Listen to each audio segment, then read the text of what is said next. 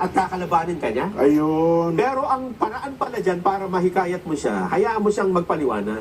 Sige, paliwanag mo yung gusto mo sabihin. At tapos ako naman papaliwanag. Paliwanagan kayo, walang asaran. Argumento kontra argumento. Argumento kontra argumento, doon mo daw siya mahihikayat. Yan. At walang backfire effect na gusto mo siyang maniwala sa'yo kahit ikaw pa ang nasa tama. Oo. Pero magbabackfire yun kung nasasaktan mo ang damdamin niya. Ayun. Hindi ba? Oo.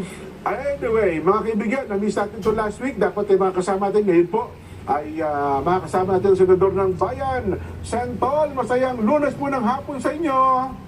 Ay, masayang Lunes. Kanina pa ako nakikinig sa inyo. Aba, Nasubaybayan ko naman kayo. Mga 20 minutes na. Tuloy ba? Hindi mo na sinabi na, dyan na pala kayo. Oo, okay lang. Ay, una, kamusta muna kayo, Santol? Okay lang. Ngayon ay holiday ng Pasay, kaya walang sesyon. Ako nga pala, Pero no? bukas, sabak na uli bukas. Ang inyong mga kababayan sa Bicol, binabahan na naman po, Santol. Mukhang wala pong kalamidad, pero meron po ito, talaga shear line. At Camarines Sur, oo. Oho. Yan ang sinasabi ko dati sa Pag-asa. Gawin na ng localize yan, Tagalog na. Ano ba ibig sabihin ng shear line? Hindi, mahirap maintindihan yun eh. opo. Yan daw po yung pagkasalubong ng Tagalog, mahirap din maintindihan. Paano maintindihan yung shear line? Ang sabi nila, yung shear line daw po, pagkasalubong ng mainit tsaka ng malamig na tubig na nag-iepekto daw po ng mga pamulan. Hindi ko maintindihan sa Masyadong naga yun. technical, eh. Basta. Opo. Kaya yun yung nire-request ko sa Pag-asa. Baguhin na nila yung pag-deliver nila ng mga babala. Pag sinabing shear line o orange rainfall, hindi ko maintindihan yun eh. Inulit na naman nila uli yung mga shear line, mga wind throw. Sila lang nakakaintindi niyan.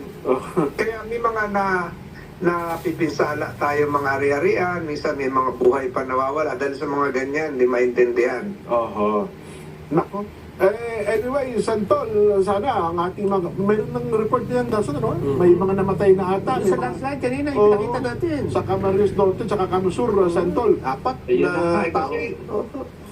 Kasi shear line eh. Sino makakaintindi ng shear line? Totoo po yan. Norte pa pala ito. Yan nakakalungkot. Yan. Kaya kahit pwede na sisihin ulit yung Pag-asa. Panawagan natin siguro sa kanila, no? Ito pa naman, Sen, ay papatapos na naman ang taon. Tayo pa naman mga Pilipino, gustong-gusto natin na kahit paano, pag sumasalubong sa panibagong taon, wala man lang sanang problema dumating sa buhay, di po ba? Kahit wala kayong handa, mahirap lang. Simple ang buhay, pero sana walang problema pagdating ng bagong taon. Ayun. Pero itong mga ganitong technical terms, wala talaga makakaintindi niyan. Opo. Sila lang yan. Hindi nila pwede sabihin. Sinabi ko na sa inyo noon, may shear line eh. Ayun nga. Hindi nga maintindihan. Pati epekto niya, ano? Hindi nila mo.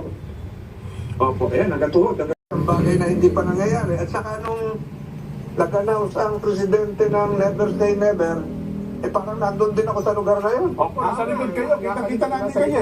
Binabanggit O nga po namin. kaya yung magkamali ng sasabihin, kung ano mang opinion bilang isang abogado, hintayin ko muna kung ano yung Tama. nasa realm of possibilities na pwedeng mangyari. Kasi magiging judge. Tama. Magiging judge kayo eh, di ba? Senator Judge. Kung magiging pag-wait na hindi ka pa nag-uwis, wala pa yung kaso, meron ka na nilalabas na Statement. salubin. Tama. Sa hudikatura, pagka ganon, mga huwes, pag nagsalita ka ng tungkol sa isang kaso, ikaw ay pinag-disqualify. Inhibit. Tama. Kaya pa-inhibit ka. Opo. So, tayo natin mangyari yung ganon na wala pa naman, ikaw ay magkokomento. Tama kay Jan Santol. Hindi nga marapat. Oo. Kasi nga, ang Unethical na para sa isang huwes yun. Opo.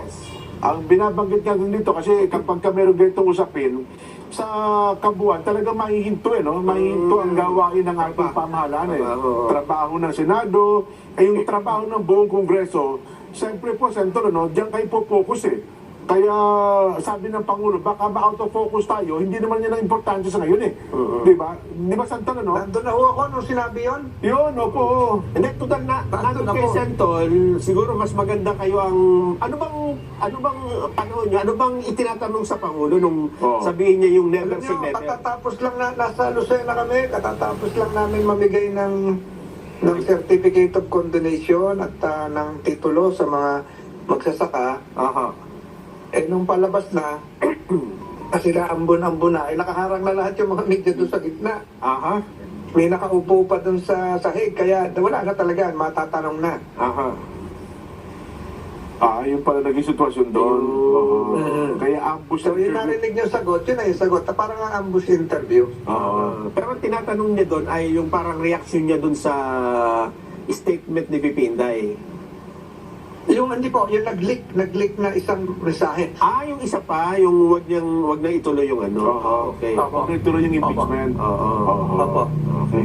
Anyway, Sen, sige po, at least ginagalang natin ng inyong opinion. Tama nga naman, ano, upo sa bagay na ito. Pero yung ano na lang, yung procedure na lang ako. Bigyan nyo lang kami ng idea. Pag nagsampa ng ganyan, usually ano bang ano yan? Sa pagkakalam nyo, di ba, magagaling Sa sa Committee on Justice muna yan, Opo. ng lower house, tapos kung merong... Ipapasok sa section, di po ba?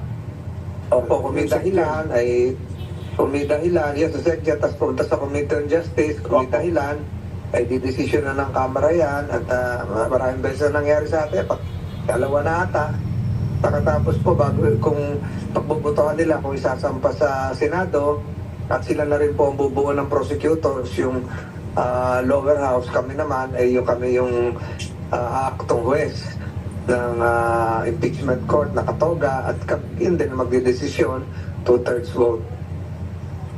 Ganun po.